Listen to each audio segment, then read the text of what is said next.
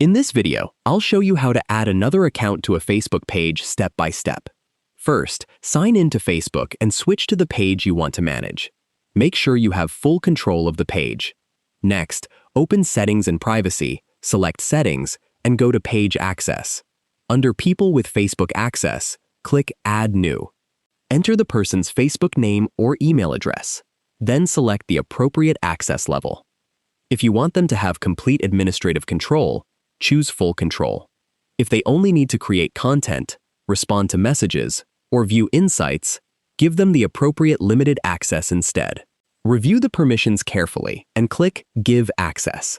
Facebook may ask you to enter your password to confirm the change. The person will receive an invitation and must accept it before they can access the page. Once they accept, return to Page Access and confirm that their account appears in the list. That's how you can add another Facebook account to your page while controlling what that person can do. If you found this video helpful, please like the video, subscribe to the channel, and turn on notifications for more easy Facebook and Meta tutorials. Thanks for watching.